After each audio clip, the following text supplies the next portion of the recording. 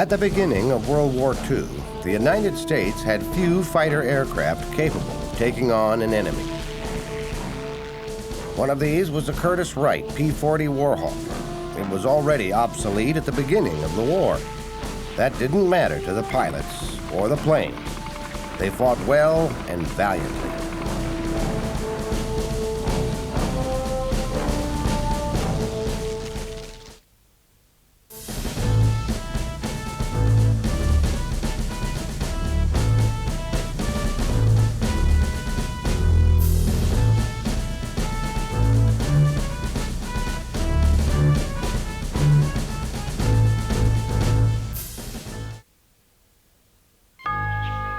In 1939, with war clouds gathering over Europe and in the Pacific, the United States began to look towards its military preparedness and found it woefully inadequate. This was especially true with respect to pilots and aircraft. Accordingly, recruiting efforts for pilot officers of the U.S. Army Air Corps proceeded apace. Cadet requirements for the Corps were rigid, with over 50% of applicants weeded out before graduation.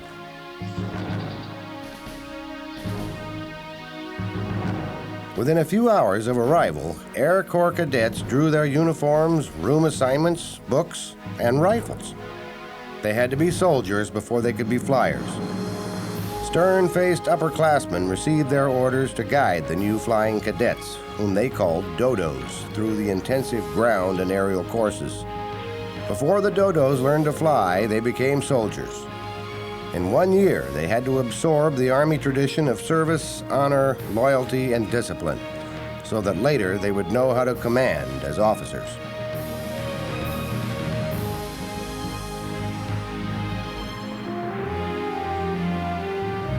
The new recruits were initially trained in Harvards with non-retractable landing gear. Pilot instructors had their hands full, since this was most likely the new recruits' first time up in any sort of aircraft. The Harvard was the basic trainer for just about every beginning pilot on the Allied side during the war, whether he was destined to be a fighter or a bomber pilot. This was something he would decide himself much further down the line in training.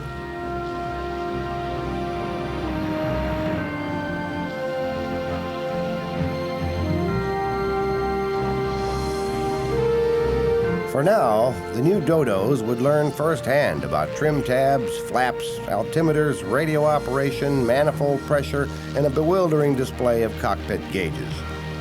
Most importantly, they had to absorb their paramount dictum, which was, "Keep thy flying speed, or the ground shall come up and smite thee."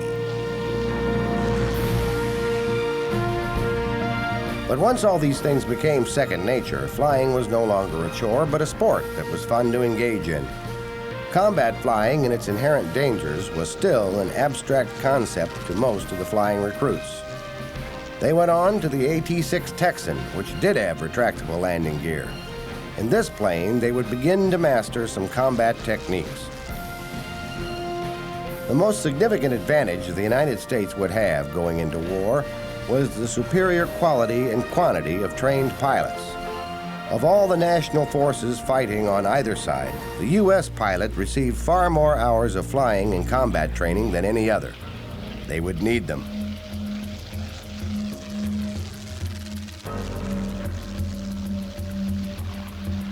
When the cadet brought his ship in for the last time, he was ready for graduation as a second lieutenant in the U.S. Army Air Corps. For now, they graduated into the reserve and would go on to receive combat training in the best of the fighters and bombers the U.S. then had available. They would form the small corps around which the Army Air Corps would begin a vast expansion. Then, what had long been expected happened. I ask that the Congress declare that since the unprovoked and dastardly attack by Japan on Sunday, December 7th, 1941, a state of war has existed between the United States and the Japanese Empire.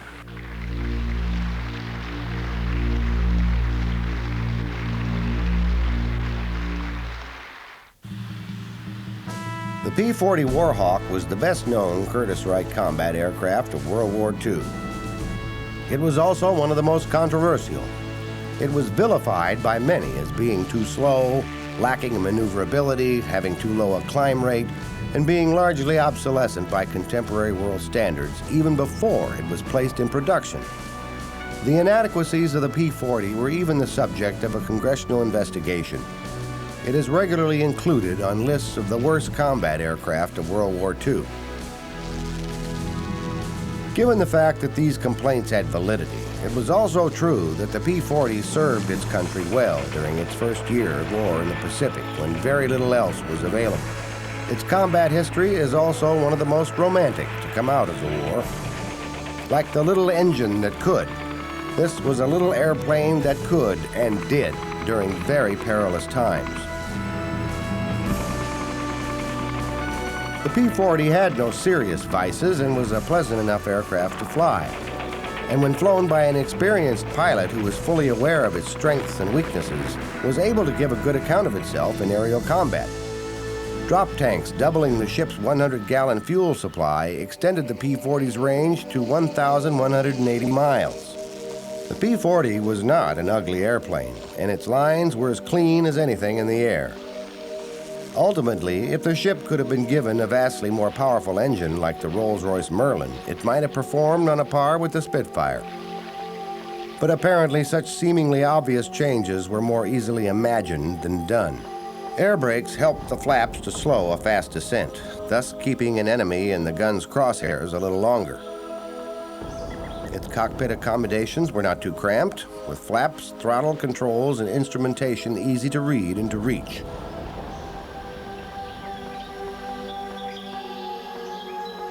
Easy and fast access to such controls would be crucial when tangling with the Mitsubishi Zero in the Pacific.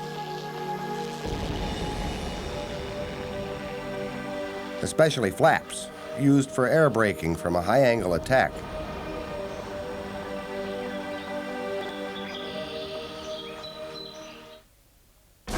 From high up, a P-40 pilot wants to slow his airspeed while on the enemy 6 or 6 o'clock position. Lowering the landing gear in conjunction with lowered flaps helps slow the descent. This increases his opportunity for a successful attack. Paying attention to altitude and attitude gauges are also very necessary during this process. Once the attack run is completed, the flaps and gear will be retracted so the plane can once more gather enough speed in the dive to climb out quickly. The air intake duct on the underside of the fuselage keeps the engines cool during high throttle activity. Throttle control is perhaps the most important element in a diving attack. Thrust forward along with the stick, it will kick the plane's nose downward into a power dive, building airspeed to a maximum.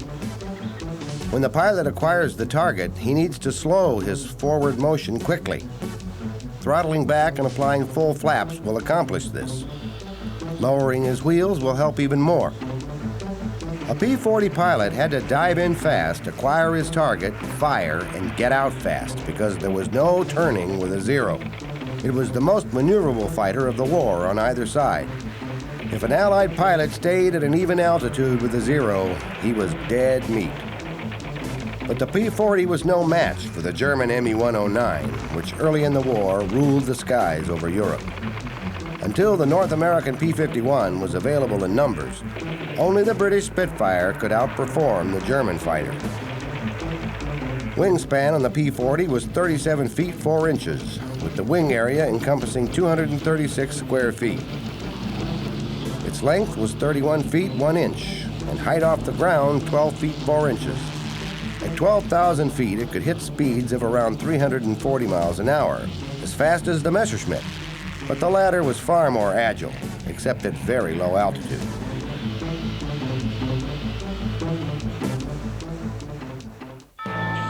In China, the P-40 was all that stood in the way of a total Japanese victory and takeover. This was something the Japanese had been planning for some time. They wanted the Chinese peasants' rice to feed their growing army, and the wealth of raw materials the country could provide for Japan's industries.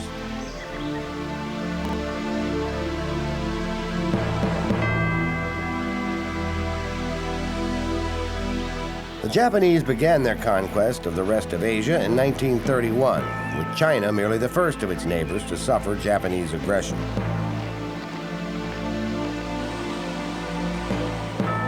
Its factories became dedicated to turning out war materiel. The Army now had 1.5 million men under arms. Peasants in the conquered territories were turned into slave laborers. Meanwhile, Japanese industry concentrated on artillery shells and bombs for aircraft, and tons of high-quality steel for guns, tanks, small arms, and more airplanes. New construction and ships of all kinds to bring even more raw material into the island nation. But sometimes conquest did not come so easily. But their arsenal was growing as they ignored the world's call for restraint in their activities.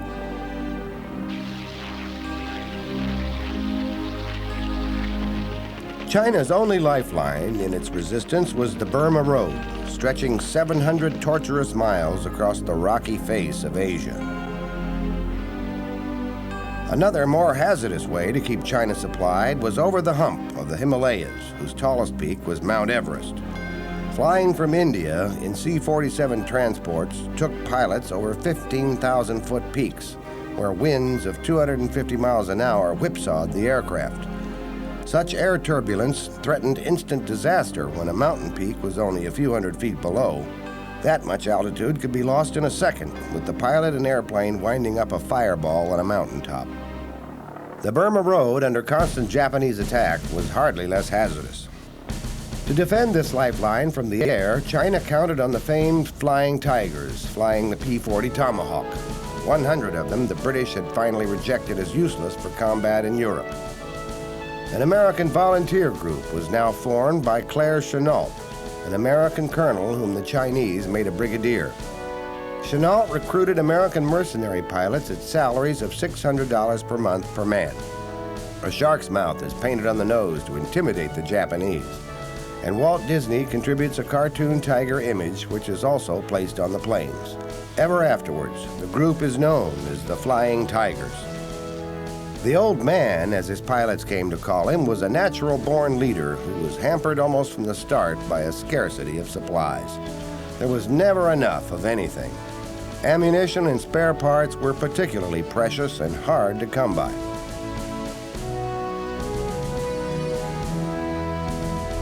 The Tigers went into action almost immediately.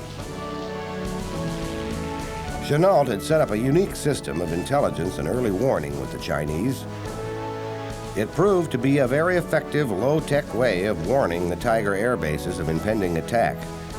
There were hundreds of small Chinese villages and hamlets surrounding the Tiger air bases at Kunming and Mindalan. These were equipped with radios. Whenever the villagers heard planes overhead, they called into the bases. Flags were placed on the map, delineating whence the calls had come. When they lined up, heading toward the base from a particular bearing, the pilots would scramble, getting into the air in time to meet the threat head-on. It is Chennault who has devised the tactics for dealing with the more agile Zero and Nakajima fighters of the Japanese. He divides his force into 3 squadrons. The Hell's Angels, who fly south to defend the critical fort at Rangoon. The Adam and Eve and Panda Bear squadrons fly to the nearby Chinese city of Kunming, the northern juncture of the Burma Road. These points are the most important strategically for both sides. The Japanese cannot continue their advance and conquest of China without first securing these areas and closing the Burma Road. The Japanese goal is to shut it down through massive bombing and strafing attacks. The Tiger's goal is simple: stop the enemy from doing it. If it proves impossible to stop him, then slow him down. Make every inch of ground extremely expensive for the enemy. This the Tigers do brilliantly. They become aerial guerrillas, making hit-and-run raids that disrupt and foil Japanese attacks on the Burma Road and surrounding territory.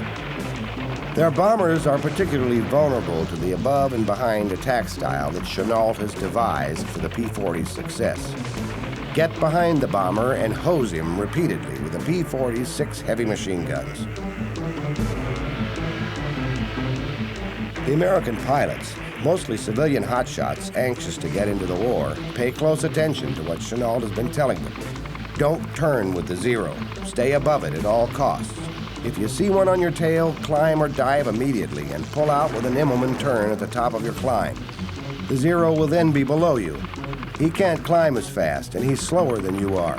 Never attack from below. Don't give him a chance to dive on you. In the aerial combat over the steaming jungles and craggy mountains of Burma, the spirit of the samurai is not unique to the Japanese. The hunters and the hunted duel to the death. In early 1942, the Tigers go on the offensive, launching low-level strafing attacks on Japanese airfields. Occasionally, a few P-40s and their pilots are lost to a lucky Zero or anti-aircraft fire from the ground. Most of the time, however, a battle-damaged P-40 will bring its pilot safely home. The ship is rugged and can stand a high degree of punishment before it will fall out of the sky. In the meantime, it delivers a lot more punishment to the Japanese than it takes. There is no better airplane for low-level ground attacks, and each P-40 can carry 6 bombs under its wings. With the bombs away, it is much lighter and can climb out to perform as a fighter again, making dive attacks from above against enemy fighters. The kill ratio against the enemy by the time the Tigers are disbanded is better than 23-1, with a number of P-40 pilots becoming aces with 10 or more kills per man. The Japanese began to suffer more ground losses of planes at air bases than they could afford, but they were clueless on how to counter the Tiger tactics. The bomber and Zero pilots often had no intimation they were being attacked until it was too late.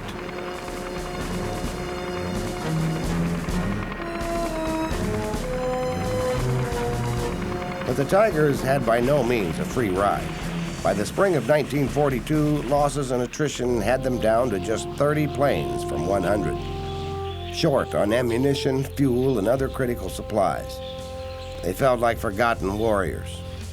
Oftentimes, the only way to acquire the needed parts was to cannibalize other airplanes.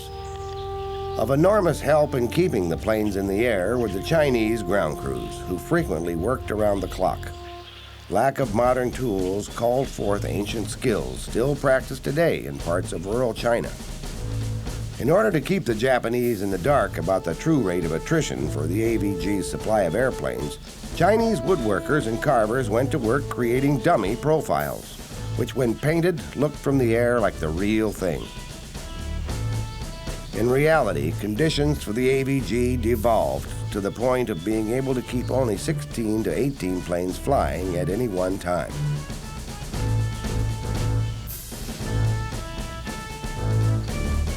A Japanese pilot shot down a little later in the war verified that the deception had worked. Japanese photo reconnaissance reported the AVG as having many more planes than they actually did, and was a factor in their eventual decision to retreat.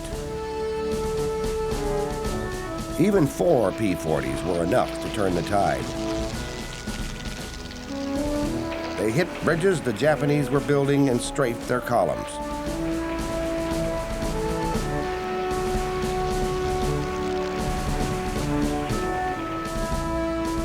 As time went on, things became more uncertain for the AVG and General Chenault.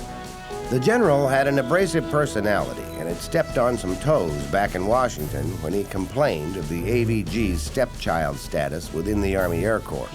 Eventually, Chenault was recalled and the AVG disbanded. But the record of the Flying Tigers in China was unequaled and remarkable during the whole course of the war. In just 7 months of combat, they accounted for almost 300 Japanese planes, with that vaunted kill ratio of 23-1. 9 pilots were killed in action, 9 in accidents, and 4 missing in action. Most of the survivors joined the Army and went into the Air Corps. The P-40's record in the European theater was not so spectacular. They held their own for the most part early on, and in some respects were seen to be superior to the German Bf-109 at lower altitudes. But when more Spitfires, Thunderbolts, and P-51s came online, the P-40 went the way of the Hawker Hurricane. Even so, the P-40 continued in production long after later types were readily available. The numbers manufactured reaching the third highest total of American World War II fighters, after the Republic P-47 Thunderbolt and the North American P-51. With the German threat of invasion evaporating, the British stood down their 2 operational squadrons of P-40s and used the planes for training new pilots. But early in the war in North Africa, the plane was a significant improvement over the old biplane fighters. Squadron 112 of the British Desert Air Force were happy to trade in their old Gloucester Gladiators for the P-40. The squadron was the first to apply the shark's mouth motif to the plane's cowling, even before its use by the Flying Tigers of the AVG in China. The P-40 had been developed as basically a low-altitude, close-air support fighter under mid-1930s U.S. tactical concepts, which envisioned more need for low-level ground support operations than for high-altitude interceptions. The military doctrine of the ascendancy of bombardment over pursuit was dominant in 1937 when the first P-40 appeared. This doctrine assumed that the prospect of high-altitude enemy air attack on the USA was extremely remote, with coastal defense and ground attack in the defense of U.S. territory being seen as the main tasks for any future fighter aircraft. Low-altitude performance and rugged construction received priority over high-altitude capabilities.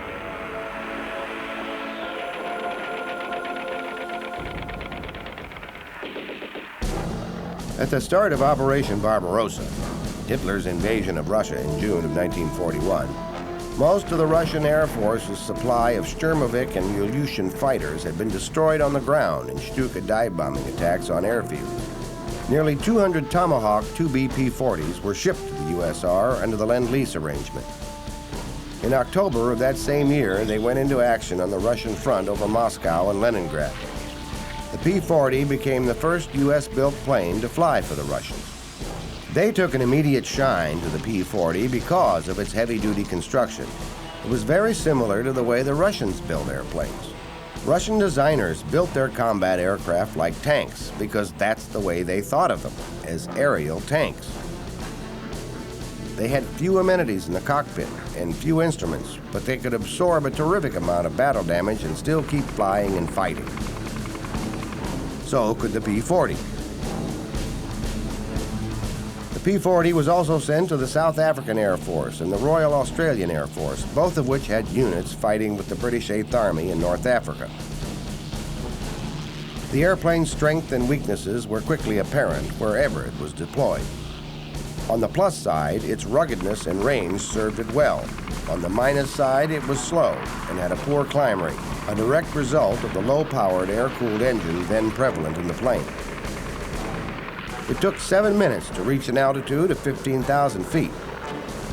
Once there, it could hit a speed in level flight of 360 miles an hour, which was comparable with the Bf-109, but the Messerschmitt outclassed it on every other point of flying and fighting at that altitude.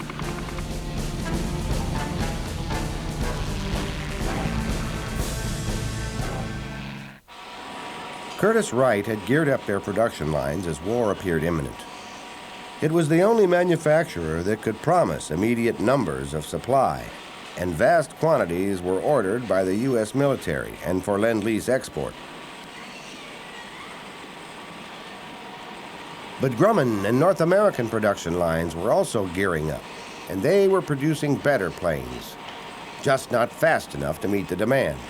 When Curtiss saw their competitors gaining on them and heard complaints from the field concerning the P-40, they set to work trying to improve it. They hoped this would help them stay current and keep the production lines going without having to shut down and retool for a newer and better designed aircraft. As World War II dragged on, Curtiss-Wright tried to address the plane's shortcomings and made significant improvements. Armor plating was added around the cockpit. A more powerful engine was installed, liquid-cooled instead of air-cooled.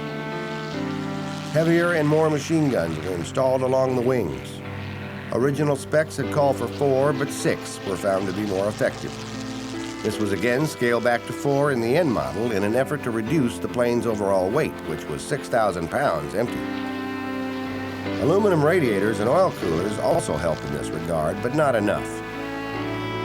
Eventually, even the frame was made of aluminum in an effort to conquer the P-40's weight problem. The manufacturer succeeded to a large extent, but all of it was too little, too late. The plane had a reputation.